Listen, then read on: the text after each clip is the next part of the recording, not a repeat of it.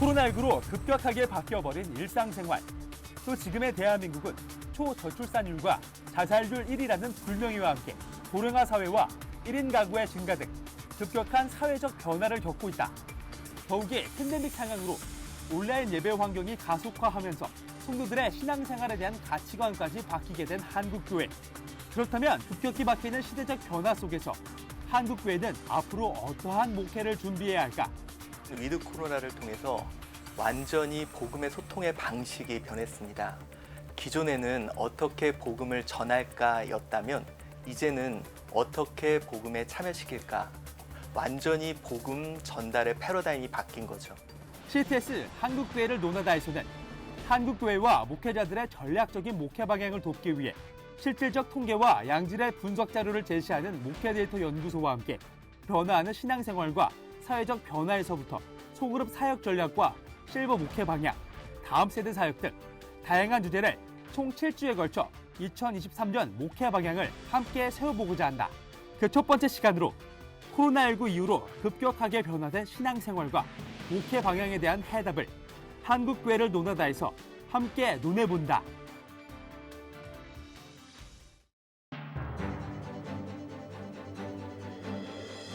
안녕하십니까. 한국교회를 논하다 진행을 맡은 박찬호 교수입니다. 3년째 이어진 팬데믹 상황으로 한국교회는 예배에서부터 신앙생활까지 급격하게 바뀌었습니다. 코로나19 속 수많은 고통과 절망 속에서도 예배와 신앙생활은 이어져 왔지만 계속되는 세상의 변화와 발전에 따라 성도들의 신앙생활까지 빠르게 바뀐 만큼 목회자들 역시 지금의 변화된 목회 현장을 정확하게 진단하고 관련 전문 정보와 최신 트렌드를 읽어내는 통찰력까지 가져야 할 때인 것 같습니다. 그래서 CT에서 한국교회를 논하다에서는 한국교회를 위한 7대 과제 2023 목회 무엇을 준비해야 하나라는 주제로 목회자들이 2023년 목회 방향을 계획하는 데 참고할 주제와 정보, 자료를 제공하고 목회 실질적인 도움을 제시하는 특별한 시간을 마련했습니다. 앞으로 7주간 이어질 텐데요. 그 첫 번째 시간으로 신앙생활의 변화와 목회 방향에 대해 함께 예측하고 준비하는 시간을 갖고자 합니다. 오늘 함께해 주실 출연자들을 소개하겠습니다. 미래목회포럼 부대표이신 이동규 목사님 나오셨습니다. 안녕하세요. 반갑습니다. 영국 랭커스터 대학교 종교사회학 박사이신 김영수 박사님 나오셨습니다. 안녕하세요. 네, 반갑습니다. 목회데이터 연구소 대표이자 지앤컴 리서치의 대표이사이신 지용근 대표님 나오셨습니다. 네, 안녕하세요. 예, 반갑습니다. 예, 함께해 주셔서 감사합니다. 한국 교회도 코로나 이전과 이후로 나눠질 만큼 급속한 변화의 시기를 겪고 있습니다. 이에 대한 정확한 분석 자료와 연구 자료들을 토대로 2023년 목회 트렌드를 계획하는 데 목회자들의 특별히 큰 도움이 되셨으면 합니다. 먼저 지용근 대표님께서 책 출간에 대한 얘기 그런 얘기를 한번 좀 나눠주시면 될 것 같은데요. 예. 저희 연구소가 이제 설립된 지 3년이 좀 넘었는데요.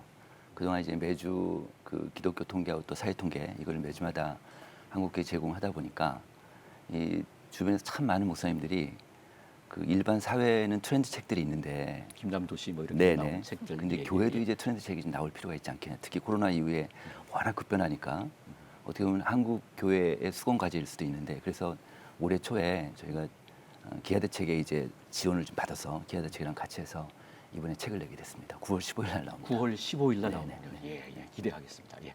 그러면 가장 먼저 예배에 대한 변화를 짚어봤으면 하는데요.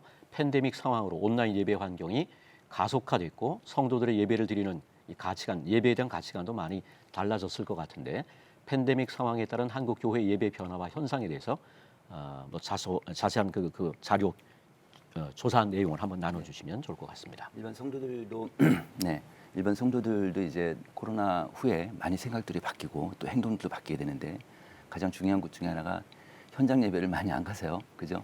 네, 그리고 그래서 이번 데이터 보시면은 그래프를 보시면 지난주 이게 지금 언제 조사한 거냐면은 그 지난번 4월 18일 날 사회적 거리두기 전면 해제, 그 바로 그 다음 주에 조사한 거예요.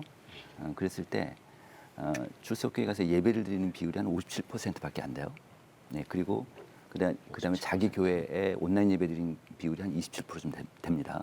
그러니까 한 60% 정도 안팎 그 성도들 입장에서 그렇고 이 조사를 또 목회자들 대상으로 좀 해봤습니다. 그랬더니 목사님들 같은 경우는 한 70% 정도 나오고 있어요. 그러니까 현장 예배 예전에 100이었을 때 지금 현장 예배 나오는 회복률이 한 70% 평균 됐다. 정도 되고 있습니다. 예. 근데 여기서 이 그래프에서 하나 좀 제가 말씀드리고 싶은 거는 이걸 1년마다 한 번씩 계속 쟀어요. 그랬더니 작년에는 현장 예배 비율이 49%였는데 올해는 57%로 8%포인트 올랐어요. 그럼 상식적으로 보면 그만큼 온라인 예배가 떨어져야 되잖아요. 근데 그렇진 않아요. 온라인 예배가 31에서 27로 떨어졌으니까 한 절반밖에 안 떨어져서 이런 현상을 보면 앞으로 아무리 현장 예배 다 나간다 하더라도 온라인 예배 그쪽 선호 그룹이 생겼구나 이렇게 볼 수 있겠고요. 네, 그 다음 그래프를 보시면은 그럼 도대체 누가 온라인 예배를 많이 드리고 누가 현장 예배를 많이 가느냐 이렇게 보면 가장 이제 목사님들 입장에서 보면은 현장 예배 예전엔 잘 나오다가 안 나오는 그룹이 3040 세대입니다. 30대, 40대. 네, 이 그룹이 제일 좀 어떻게 보면 위험할 수 있고 특별히 30대 연령층은 예배 안 드리는 비율도 꽤 높게 나오고 있습니다. 네. 그다음에 또 하나는 주일 성서에 대한 인식도 같이 좀 알아봤는데요.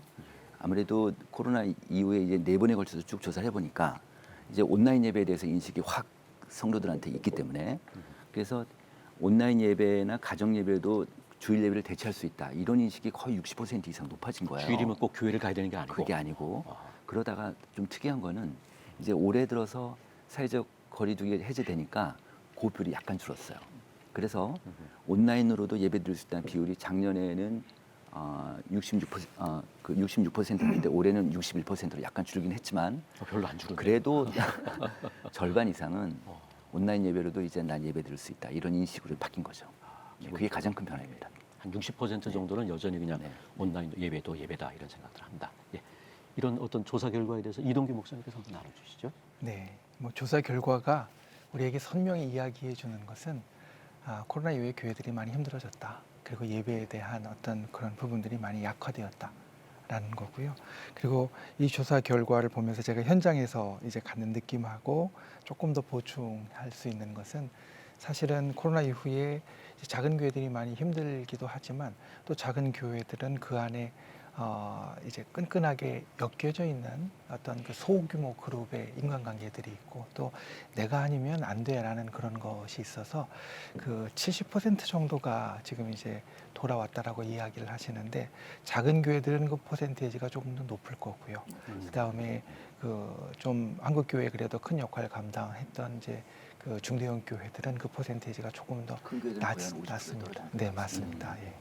그런 부분들이 있습니다. 확실히 교회들이 힘들어졌습니다. 네. 옛날 예배 이전 코로나 이전으로 회복은 비교했습니다. 작은 교회가 조금 더 높고 네. 그런 인원수는 그렇습니다. 인원수는 더 인원수는 그렇고 예. 예, 팬데믹 상황으로 예배 변화들을 겪게 된 교인들에게 예배에 대한 뭐 만족도 요도 조사를 하신 것 같은데 예, 또 나눠주시죠. 현장 예배 드린 분들한테도 만족도를 물어보고 또 온라인 예배 드린 분들한테 만족도를 물어봤는데 작년에는 현장 예배 만족도가 89%였어요. 그다음에 온라인 예배 만족도는 83%, 꽤 높아요. 예. 네, 그런데 올해는 현장 예배 만족도가 95%고요. 그다음에 온라인 예배 만족도가 94% 무려 거의 비슷해진가요? 같이 올라갔네요. 네. 예. 왜 그럴까? 이런 현상을 좀 보면은 아무래도 이제 교회들이 온라인 쪽에 기술력도 좀 많이 올라가고 아무래도 많이 그 관여를 많이 하시니까 그래서 온라인 예배자들 입장에서 보면 온라인 예배 만족도가 좀 올라가지 않나 이렇게 이렇게 생각합니다. 예배에 대한 만족도에 대한 이 조사 결과에 대해서 김영석 박사님께서 예. 나눠주시죠. 저희가 이렇게 이 질문이 이제 굉장히 이제 중요한 이유는 예배에 대한 만족도가 그 현장 복귀 문제하고 연결되기 때문이거든요. 그런데 이제 저희가 예배에 대한 온라인 예배가 이제 불만족스러우면 현장 교회로 돌아올 거라는 어떤 기대가 있었단 말이에요. 근데 사실은 이게 거의 상관이 없는 거예요. 그래서 사실 이게 그 온라인 예배라는 게 단지 그냥 이제 그 저희가 예전에 생각했던 것처럼 보완제가 아니라 대체제가 돼 버린 겁니다. 그러니까 이 대체제하고 그 보완제는 굉장히 다른 개념이거든요. 과거의 설교는 이제 보완제라는 거는요. 만약에 제가 이제 그 커피를 마실 때 설탕이 있으면 더 좋은 거예요. 그래서 없어도 되는데 있으면 이제 좋은 거고 하지만 커피를 대신할 수는 없어요. 근데 대체제라는 거는 커피를 대신할 수 있는 겁니다. 뭔가가 녹차가라는 게 그런 게 되겠죠. 그러니까 대체제가 되는 거죠. 근데 이 온라인 예배라는 거는 그 과거에는 이게 완전히 풀 세팅으로 이렇게 돼 있지 않아서 보완제 같은 역할이었어요. 온라인 설교라는 게. 근데 현재는 지금 이게 완전히 현장 예배를 대체할 수 있을 만큼 이게 대체제로 인식되고 있는 거예요. 그래서 인식 자체도 달라졌고 그 예배 포맷이나 이런 게 다 달라졌기 때문에 이게 그냥 공식적으로 한국 교회에서 예배라는 인식이 굉장히 강해진 겁니다. 그래서 현장에서 느낄 수 있는 어떤 그런 분위기나 그런 게 아니더라도 이게 그냥 만족할 수 있는 거죠. 거기에 대해서 예배를 드렸다 이런 자신만의 어떤 그런 만족을 누릴 수 있는 겁니다. 아무래도 보수적인 목회자들 쪽에서는 이 온라인 예배가 대체가 되면 안 되는데 그렇죠. 대체가 되는 그런 그 지경에 이르는 그런 가운데 네. 있군요. 이 설문조사의 좀 그 흥미로운 점은 코로나 이제 현장이 회복된 그러니까 상황적으로 돌아갈 수 있는데 그래서 현장 예배 만족도가 예전보다 올라간 거는 이해할 수 있는데 온라인 예배 만족도도 같이 올라갔단 말이에요. 예. 그러니까 이게 거의 비슷하게 올라가요. 이게 내려가거나 이러면 현장 예배로 그렇죠. 돌아오도록 또 만들 수 있는데 같이 올라가니까 실질적으로는 팬데믹이 한참 진행 중인 상황과 그리고 이게 끝나가는 상황에서 별 차이가 없다라는 그런 그리고 또 이런 부분들. 것도 있을 것 같습니다. 온라인 예배가 왜 이렇게 만족도가 높을까를 생각해 보면 온라인 예배 안에 들어가서 충분히 은혜도 받고 뭐 이럴 수도 있지만 난 교회를 안 가지만 이 정도면 돼. 이 정도면 돼. 이 정도의 자기 어떤 만족감. 네, 자기 그런 살 일 다 있어 이래야 되는군요. 네, 그런 것들이 반영되지 않나 싶습니다. 생각됩니다. 예, 코로나 19로 인해 온라인 예배적이 이렇게 표현을 해도 될지 모르겠습니다만 온라인 예배적이 많이 늘어났다. 물론 코로나 19 이전에도 이제 온라인 예배가 있었습니다만 뭐 아까 말씀하신 것처럼 대체제였는데 의미가 좀 달라진 것 같고요. 팬데믹 상황 이후에 이 온라인 예배족 그렇게 표현할 수 있을지 모르지만 온라인 예배족의 규모가 어느 정도이고 또 어떤 형태로 바뀌고 있는지 지훈 대표님 다시 한번 네, 좀 전에 조사 결과를 그 나눠주시죠. 말씀드린 그래프에서 보면은 온라인 예배자가 지금 코로나 지금 사회적 거리두기 해제됐음에도 불구하고 27% 정도 돼요. 그러니까 아마 이게 내려가면은 현장 예배가 올라갈 텐데, 그러니까 아무리 해도 제 생각에는 한 25%좀 된다고 하면 그런 전체 개신교인 교회 출석자 중에 4명 중에 1명은 온라인 예배자로 그쪽 그룹으로 이제 속해 있다고 봐야 될 것 같아요. 근데 이분들한테 특이한 설문 하나 있었는데 어떤 거냐면 목사님들이 이제 다 코로나가 다 끝났으니까 온라인 예배를 끊고자 하는 목사님들이 꽤 되세요. 그래서 그런 얘기를 많이 들어서 그래서 한번 이제 성도들한테 물어본 거예요. 온라인 예배 드린 사람들한테 교회에서 현장 예배 출석을 독려하기 위해서 온라인 예배를 끊으면 어떻게 하실래요? 이렇게 설문을 했더니 이게 이제 이 그래프인데 교회 출석해서 그럼 나는 교회로 갈게요. 주일 예배 드릴게요. 이런 사람들이 작년에 76이었는데 올해 57로 줄어들었어요. 1년 사이 그리고- 마음이 바뀌었네요. 그리고 그럼 나는 우리 교회에서 만약에 온라인 예배를 끊으면 내가 다른 교회 갈래? 다른 교회 온라인 예배로 옮길래? 이런 사람이 작년에 13%였는데 올해 25%로 2배가 올랐어요. 그러다 보니까 이런 어떤 의미일까? 결국 이 온라인 예배자들은 온라인 선호구를 확실하게 이제 포지셔닝이 됐다고 할까? 나는 온라인이 좋아. 이런 사람들인 거죠. 네, 그렇습니다. 이동규 목사님 뭐 교회 상황은 어떠신지 한번. 예. 저희 같은 경우는 일단 온라인 예배를 예전에는 온라인 예배가 아니라 이제 주일날 받은 은혜를 주중에 다시 설교를 다시 들음으로 그 은혜를 다시 한번 확인하고 또 이제 강하게 만드는 이런 식으로 목회 방향을 잡았다가 코로나 이후에 이제 온라인 예배로 전체적으로 스트리밍도 하고 그 다음에 예배 영상도 같이 올렸었습니다. 그런데 지금은 이제 그 부분을 다시 예전으로 바꿔서 스트리밍은 그 시간에만 왜냐하면 온라인 예배를 하루 종일 오픈했을 때 성도님들의 어떤 신앙생활의 모습들이 너무 이렇게 느슨해지는 그런 부분들이 있어서 집에서 예배를 드리더라도 이제 교회에서 예배를 못 드릴 때 집에서 예배를 드리더라도 우리가 예배를 드리는 시간에 현장에서 드리는 사람들과 같이 호흡하면서 이제 드리도록 만들었었거든요. 근데 그때 만들어진 이 온라인 자산들이 사실은 굉장히 한국 교회가 가진 소중한 자산입니다. 이거를 현장 예배로 가게 하기 위해서 온라인 예배를 완전히 그친다. 이거는 우리가 참 힘써서 만들어 왔던 부분들을 스스로 포기하고 내려놓는 것과 같아서 그 부분은 한국 교회가 좀 고민해야 될 문제라고 생각을 하고. 살릴 필요가 있네요. 예, 그리고 예. 두 번째가 사실은 이제 우리 정원 대표님이 해 주실 두 번째 우리 온라인 예배 보완점에 대해서 여러 해주신 부분들 말씀 못 하셨는데 저는 이제 그 내용들을 봤으니까 그걸 보면서 목회자들이 정말 더 열심히 노력해야 되겠구나라는 생각을 합니다. 왜냐하면 어떤 하나의 기존의 예배의 어떤 형태나 그리고 그거를 위해서 노력을 쏟았던 것이 고정돼 있고 그것만 계속 밀고 가면 되는 것이 아니라 이 조사 결과를 보면 계속해서 고민하고 계속해서 다른 구성들, 기획들 그리고 다른 어떤 요소들을 예배 가운데 같이 녹여놓기를 우리 성도들은 요구를 하고 있구나라는 것을 보면서 목회자들이 정말 더 이 상황 가운데서 더 노력하고 더 배워야 되는 부분들이 있구나라는 걸 보게 됐습니다.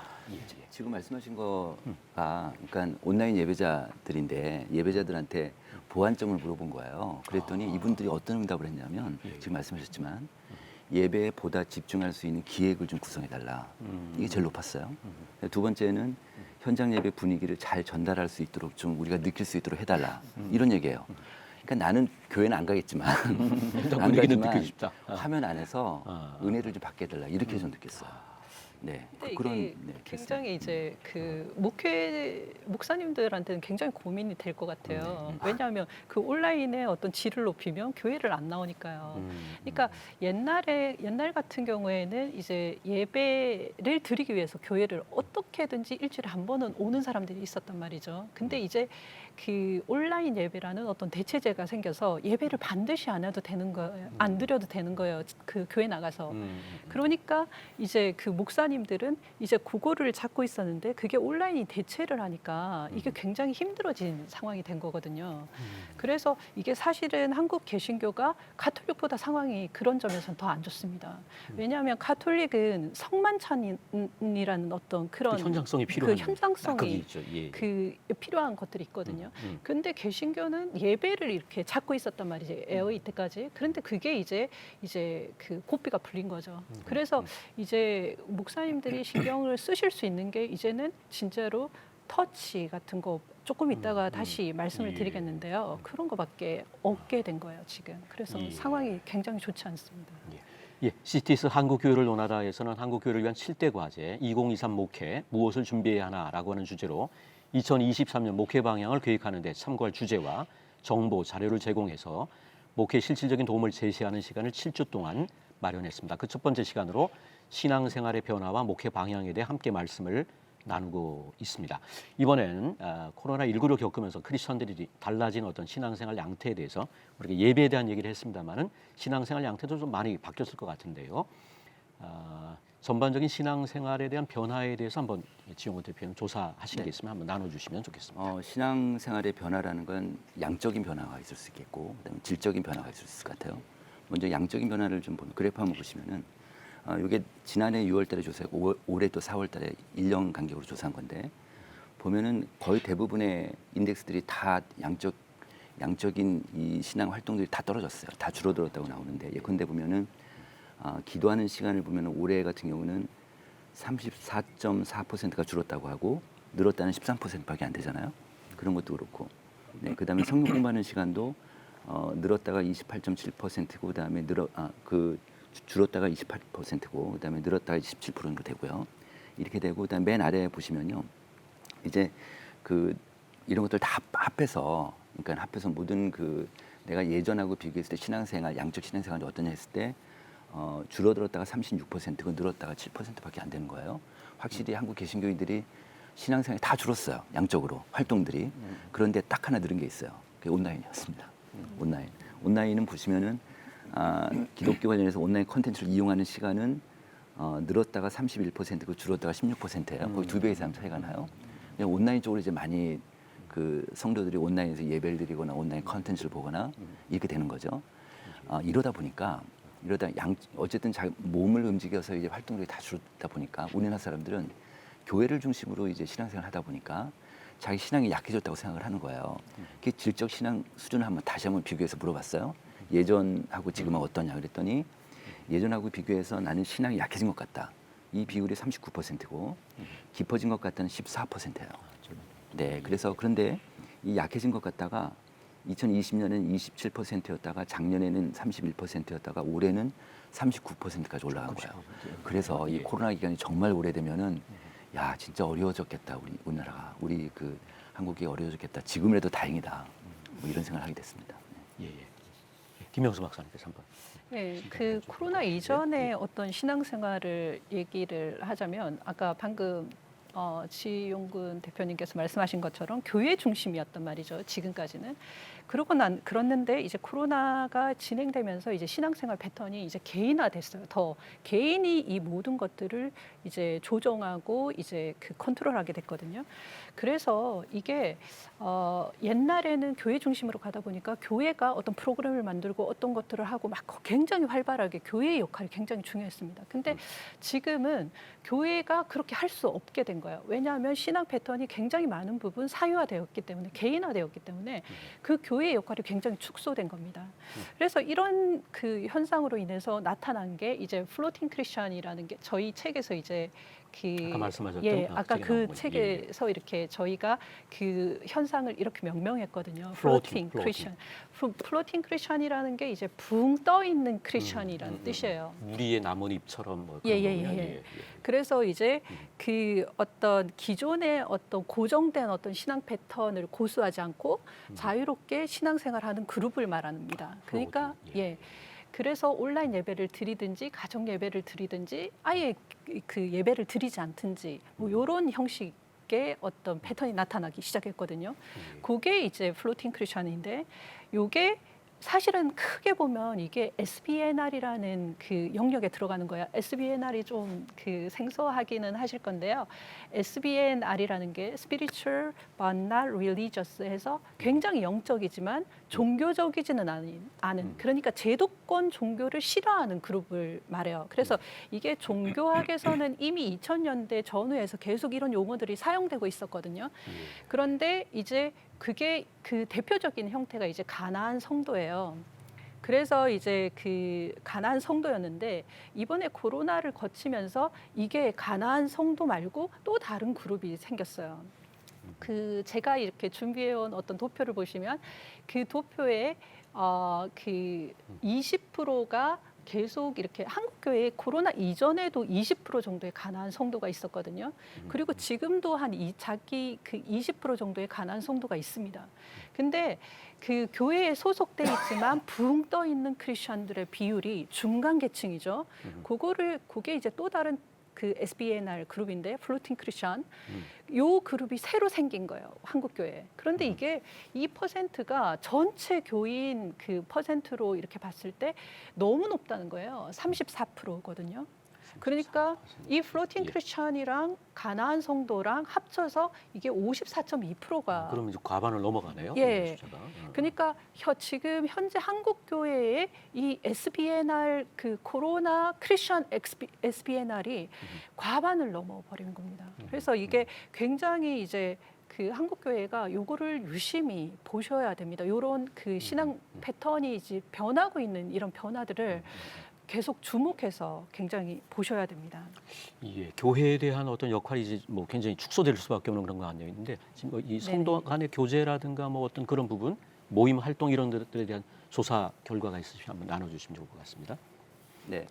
뭐 모임 활동 뭐 이런 것보다 어쨌든 내가 다니고 싶은 교회를 한번 물어봤어요. 아, 내가 다니고 싶은 교회. 교회. 이랬더니 그 가장 높게 응답된 내용이 뭐냐면 교인 간의 진정성이 있는 교제가 좀 필요한 교회. 그러니까 교제가 있는 교회, 사랑과 교제가 있는 교회. 이런 교회를 그러니까 본인이 교회를 다니든 안 다니든 본인이 어떤 교회랑 상관없이 정말 다니고 싶은 교회가 무엇입니까? 라고 물었더니 이런 교회가 나온 거예요. 그러니까 진정한 교제와 그다음 사랑이 있는 그런 교회를 원하고 그다음에 목사님의 설교가 은혜로운 교회. 이 두 가지가 가장 높게 나왔어요. 그래서 이제 물론 이제 목사님 설교는 워낙 중요한 거니까 그거를 제외한다고 하면 이제는 내가 교회를 가는데 진정성 있는 삶을 나눌 수 있는 교회 그런 교회를 좀 원하고 있다 이렇게 볼 수 있습니다. 네 그리고 네, 또 말씀하세요. 제가 요거를 이렇게 정리를 하면요, 사람들이 터치를 느끼고 싶은 거예요. 그러니까 그 그 사람들 그러니까 다른 교인들한테 터치를 느끼고 싶고 터치라고 하는 게 이제 돌봄 같은 뭐 그런 감동, 것들은? 감동, 어떤 감화, 어떤 위로 이런 그 감정의 터치를 받고 싶은 거예요. 어허. 그리고 한편으로 이제 그 하나님의 어떤 성령을 경험하고 싶은 욕구가 여전히 있는 거예요. 종교 영적인 체험. 그래서 요 두 개의 터치가 굉장히 중요하게 된 겁니다. 그러니까 이 옛날에는 사실 교회가요 예배 플러스 알파가 있었는데 요 알파 안에는 교회 프로그램이 있었고 그 성경 공부 있었고 교제가 있었고 교제. 굉장히 다양한 영역들이 있었거든요. 근데 여기 요 알파 그룹에서 그 성경 공부 그다음에 어떤 지적인 욕구 있잖아요. 요런 것들은 예배하고 지적인 욕구가 이제는 동영상, 영상 그 온라인에서 다 충족이 되는 겁니다. 그러니까 그 교회가 지금 그 목사님들이 지금 거기에서 온라인에서 터치할 수 없는 영역이 고영역이거든요. 감정을 터치하는 영역을 할 수 없어요. 그래서 목사님들 요게 이제 그 다음 질문하고 연결되기도 하는데요. 그 목사님들이 목회를 하실 때 굉장히 중점을 두셔야 되는 부분이 저는 개인적으로 요 감정 터치에 대한 부분이라고 교제라든가 생각합니다. 전통적인 예, 얘기를 예, 하는 예. 그런 부분이네요. 요런 예, 예. 부분입니다. 그러니까 요게 다른 거 예배나 어떤 티칭이나 어떤 가르침이나 어떤 성경 공부나 요런 게 이제 온라인이 다 대체가 돼요. 충족할 수 있는 다른 어떤 소스가 생겼네요. 예. 그렇습니다. 이 관련해서 제가 좀 하나 말씀드리면 예. 그 올해 4월달에 이런 여론조사 결과 하나 발표가 됐어요. 어떤 거냐면 우리나라 국민들한테 이걸 물어봤어요. 나는 요즘 일상생활에서 외롭다. 이게 55%나 나왔어요. 55. 그렇게 꽤 높아요. 그러니까 어떻게 보면 외로운 대한민국인 거예요. 말하자면 서울시에서 또 이런 조사도 했었는데 65세 이상 노인들 대상으로 조사를 했어요. 서울시에서. 그랬더니 나는 나를 돌봐줄 사람이 없어서 고독사 할 가능성이 높다. 65세 이상. 이렇게 해서 예, 아니로 대답하게 했더니 예라고 대답한 비율이 30%가 나왔어요. 근데 2년 전에 2018년도에는 22%가 나왔어요. 꽤 많이 올랐어요. 네. 그러니까 그래서 그 교회에서 좀 전에 말씀하신 그런 역할이 되게 중요하겠다. 그러니까 이런 가운데 이제 이게 이제 목사님들 그리고 교회에 있어서 상당히 그 중요한 변화를 시사한다라고 볼 수 있는 부분이, 그러니까 제가 섬기는 교회 같은 경우도 코로나로 인해서 온라인 예배가 이제 거의 뭐 선택의 여지가 없이 도입이 되고, 그리고 그런 부분들에 대해서 성도들에게 이제 독려하고 이러는 상황 가운데 제가 우리 교육자들을 모아서 했던 것 중에 이제 저희 그 목회자 교육 가운데 했던 것 중에 첫 번째가 우리 예배학을 다시 한번 보자. 예. 가령 우리 그 중교교회 이후에 우리 그 기독교 예배는 그러니까 신앙생활의 중심이 예배가 있고 예배의 중심에 설교가 있는 이런 형태를 이제 갖고 있고, 지금도 그 형태가 사실 동일하거든요. 그런데 예배와 설교가 다 온라인으로 갈 수 있는지, 그리고 그런 부분에서 우리가 성도들의 신앙생활에 예배라는 것을 어떻게 또 제시해 줄 수 있는지, 이런 부분들에 대해서 고민하는 시간을 가졌는데, 실제로 예배의 초점이 예전에는 설교에 있었다고 하면 이 설교는 더 이상 현장으로 또는 현장 예배에 성도들이 참여하게 하는 요인은 더 이상은 못 되는 것 같아요. 말씀드린 대로 이미 이제 대체가 되니까. 그렇다고 하면 예배의 초점이, 그리고 예배 중에 우리가 예전 가운데 들어가야 할 여러 순서들이 보다 더 이런 어떤 성도들의 어떤 일반적인 이런 영적인 필요들, 교제나 아니면 터치나 이런 것들을 담는 방향으로 우리가 좀 고민해 봐야 되지 않나라는 부분들을 느끼게 됩니다. 저도 목사님 그 말씀하신 부분에 굉장히 동의를 하거든요. 그래서 이 예배라는 게 사실은 저희가 기존 포맷, 한국교회는 기존 포맷을 가지고 있었단 말이죠. 대부분의 대예배들은. 그런데 요거를 이제 특히 아까 이제 토론 전에 3040 얘기를 하셨는데요. 이 터치를 할 수 없는 이유가 이 예배가 어느 교회든 어떤 포맷이 똑같고 어떤 그게 너무 고정돼 있고 고루하게 느껴질 수 있단 말이죠. 그런데 이게 아까 제가 방금 말씀드렸던 것처럼 터치가 중요하다고 했잖아요. 이제 그 영상이 줄 수 없는 거는 그 자리에 가서 내가 느끼는 거 그거밖에 없거든요. 남아 있는 게. 근데 예배를 내가 안 가면 느낄 수 없다. 이런 생각이 들게 해야지 예배에 갈 수 있는 시대가 됐어요. 그러니까 예배를 통해서 내가 목사님 설교만 듣고 어떤 지식을 축적한다. 이거는 동영상으로 얼마든지 가능하거든요. 근데 내가 그 예배를 가가지고 그 현장 분위기를 안 느끼면 내가 거기에서 얻을 수 있는 게 없다. 잃는다. 이런 생각이 드는 예배를 만들어야 되는 게 저희가 한국교회가 예. 지금 해야 되는 예배 그래서 그 전반적으로는 과제입니다. 이제 보다 자유로운 예배 또 신앙생활 이런 것들을 원하는 그런 가운데 있으면서도 또 동시에 이게 밀접한 어떤 그런 교제 터치 이런 것들을 갈망하는 어떤 그런 시대인 것 같은데요. 그런 가운데 우리나라 예배가 어떻게 바뀔지 또는 이제 뭐 성도들의 온전한 예배 회복을 위한 뭐 목회 방향 이런 부분에 대해서 한번 좀 이동규 목사님. 그 성도들의 예배 회복이라는 걸 사실은 목회자들의 고민입니다. 왜냐하면 성도들은 예배 회복이라는 걸 고민하지 않거든요. 자기들은 신앙생활을 하고 있다고 느끼고요, 여깁니다. 그런데 이 설문조사 결과에서 보이는 것처럼 예전에 현장 중심으로 예배했던 것에 대한 어떤 그런 그 영향으로 인해서 성도들 마음에 빚이 있어요. 현장에 못 나가면 그래도 내가 뭔가 좀 부족한 신앙생활을 하는 것 같은 빚이 있거든요. 아직은 그런 영향들이 있다라고 봅니다. 그런데 그 부분들을 우리가 계속 빚으로 남게 할 것인가, 아니면 새로운 예배에 대한 어떤 그런 다른 관점을 우리 성도들에게 교육을 시킬 것인가. 탕감해 줄 것이냐. 예. 그리고 이제 그 부분을 이제 예. 좋은 쪽으로 만들고 가야죠.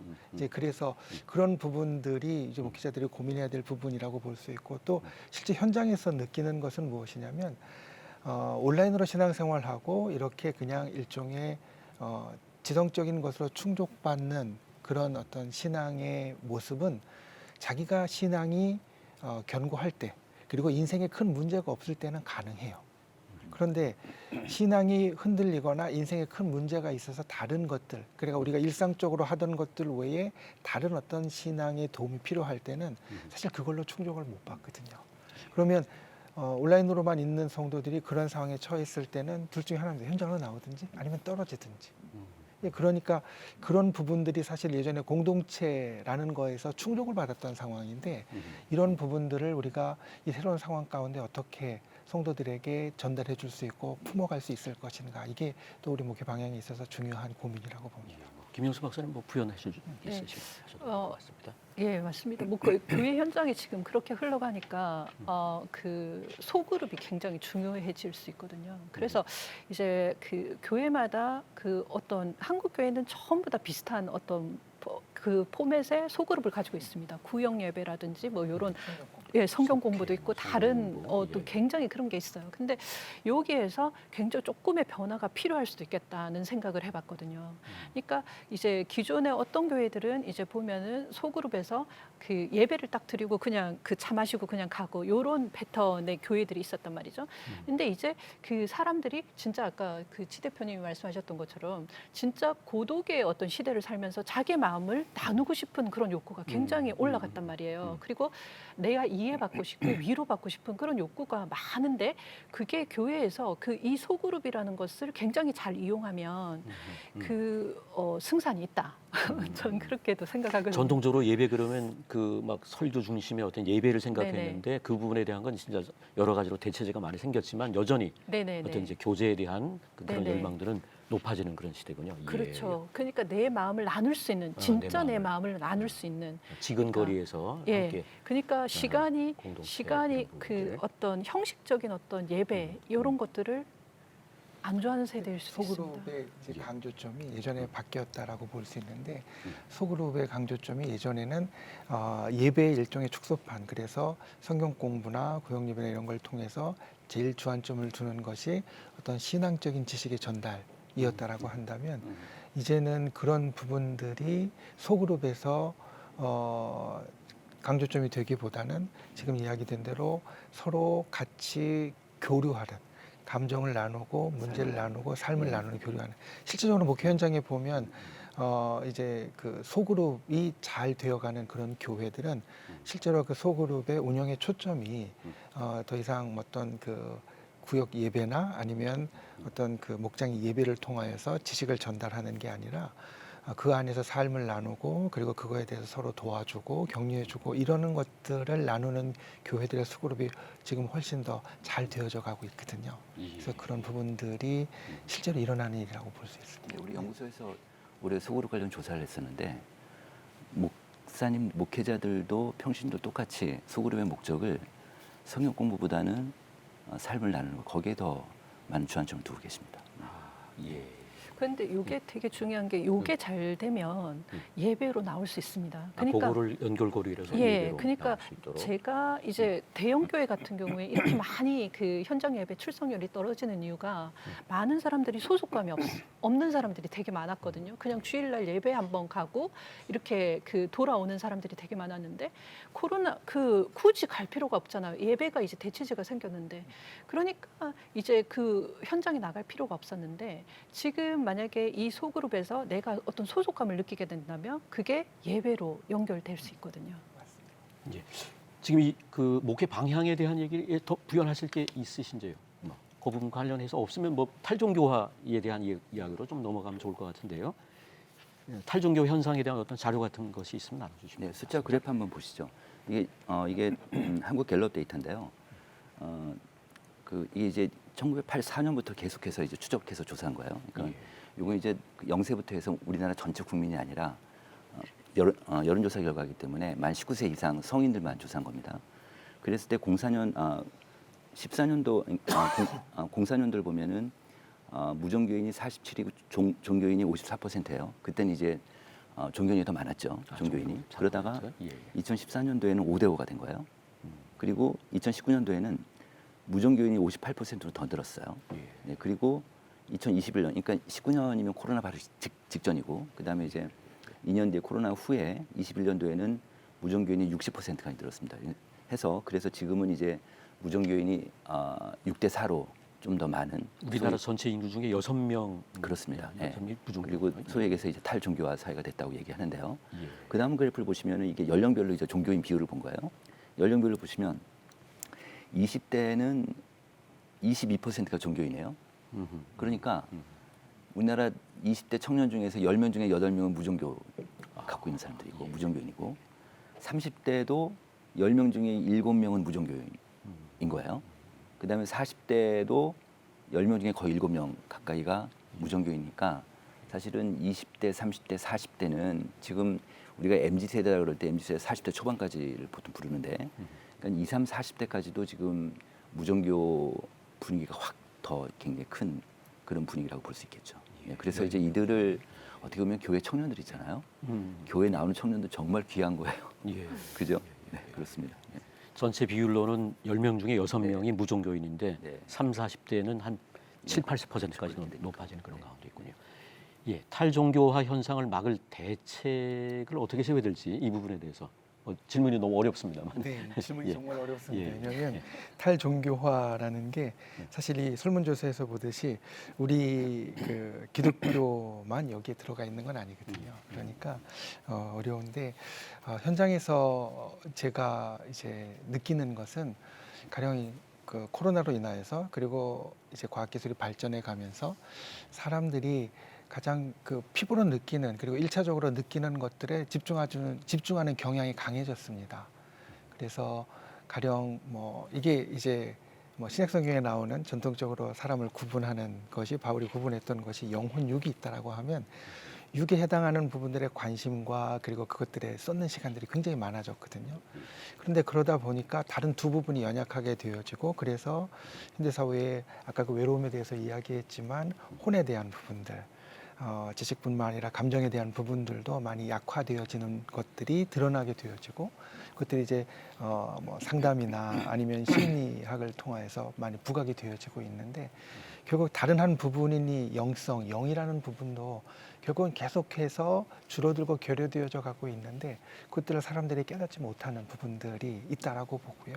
이런 부분들을 어떤 면에서는 기존의 교회 목회자들이 그런 영성에 대한 부분들을 일깨워 주면서 그것들을 우리가 나의 그 신앙을 통해서 믿음을 통해서 채워갈 수 있고 또 바꿔갈 수 있다라는 부분들에 집중해가는 부분들이 하나 생각할 수 있는 어떤 그런 해결책이 아닐까.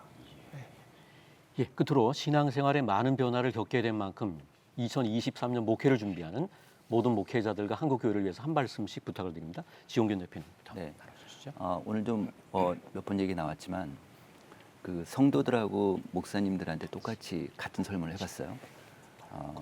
그 앞으로 이제 한국교회가 어떻게 바뀔 거냐 변화 예상을 좀 보면은 공동체성이 강화될 거라는 인식보다는 약화될 거라는 인식이 두 그룹 다 높아요. 확실히 이제 포스트 코로나 시대에는 교회가 공동체성이 좀 더 약화될 텐데 온라인도 있고 하니까 그런 공동체성을 강화시키는 게 아마 모든 현장 목회자들의 가장 큰 관심사일 것 같습니다. 그런 측면에서 보면 현장 예배 나오는 사람들의 성향들을 좀 봤어요. 보면은 현장 예배 나오는 사람들 중직자가 아무래도 많겠죠. 그죠? 그다음에 이제 교회를 봉사하지 않는 사람보다 봉사자들이 많을 거고, 근데 그들보다 더 많이 현장 예배 나오는 비율이 높은 그룹이 소그룹 참여자들이에요. 소그룹. 네, 그래서 소그룹이 되게 중요하겠다. 뭐 이런 생각이 듭니다. 네. 김영수 박사님. 예. 현장에서 이제 그 고생하시는 목사님들이 너무 지금 고심을 많이 하실 것 같은데 참 힘을 내셨으면 좋겠고 저는 먼저는 그리고 저도 이제 이동규 목사님께서 말씀하셨던 그 부분에 굉장히 동의하거든요. 그래서 교회가 지금 탈기독교와 그러니까 기독교를 빠져나가는 인구를 막으려면 이제 영적인 어떤 욕구를 충족시켜주는 방향으로 나아가야 된다고 생각해요. 왜냐하면 이 현대인들이라고 해서 영적인 욕구가 떨어지지는 않거든요. 예, 굉장히 높아요. 그 개신교인들 중에 영적 체험을 하고 싶은 사람들이 굉장히 퍼센트가 70% 이상입니다. 76% 그렇게 됩니다. 그러니까 이 영적인 욕구를 계속 가지고 있는데 이것들을 좀 충족시켜주는 방향으로 목회를 하시는 게 참 좋지 않을까. 힘내십시오, 현장에서. 이동규 목사님. 예, 이 목회 데이터들을 보면서 이 목회 데이터라는 게 특별히 우리 이제 목회자들에게 시사하는 점들이 많은데 이 목회자들이 이 목회 데이터를 목회에 실제적으로 적용하는 데 있어서는 또 여러 제약들이 있겠구나라는 생각을 사실은 했습니다. 왜냐하면 이제 내가 목회하는 목회 현장이 그래도 성도가 꽤 돼서 그 안에 모든 연령대와 그리고 이런 어떤 트렌드들을 볼 수 있는 그런 큰 그룹이라면 이런 그 목회 데이터들을 그대로 적용해서 목회 방향들을 잡아가는 데 큰 도움이 되겠지만 실제로 한국 교회의 아주 그 대부분의 교회들은 사실 규모가 작아서 그 안에 다양한 연령대들이 다 있는 것도 아니고 또 이런 어떤 트렌드들이 우리 교회에 맞게 나타나는 상황도 아닌 경우가 많거든요. 그래서 알고 있지만 적용할 수 없는 그런 그 목회지에 있는 분들도 많이 있습니다. 그 두 그룹 모두 다 하지만 우리 사회가 어떻게 가는지에 대해서는 항상 귀를 열고 있어야 되는 건 당연한 사실이고 내가 있는 곳에서 목회자로서 느끼는 건 정말 항상 부단히 노력하고 열심히 해야 되겠구나. 그 목회자의 소명이라는 부분들이 우리에게 항상 있지만 그 소명을 좀 하나님 앞에 항상 열심히 채워가도록 노력하는 모습들이 필요하겠구나라는 생각을 하게 되었습니다. 오늘 CTS 한국교회를 논하다에서는 한국교회를 위한 7대 과제 2023 목회 무엇을 준비해야 하나라고 하는 주제로 2023년 목회 방향을 계획하는 데 실질적인 도움을 제시하는 시간을 가졌습니다. 첫 번째 시간으로 신앙생활의 변화와 목회 방향에 대해 귀한 말씀들을 들어보았는데요. 오늘 세 분께서 제시해 주신 자료와 정보들을 참고하면서 2023년 예배와 신앙생활의 건강한 목회 방향이 세워졌으면 합니다. 다음 주 두 번째 시간은 사회 변화에 따른 목회 전략이라고 하는 주제로 찾아뵙도록 하겠습니다. 한국교회를 논하다 오늘 순서 여기서 마칩니다. 시청해 주신 여러분 고맙습니다.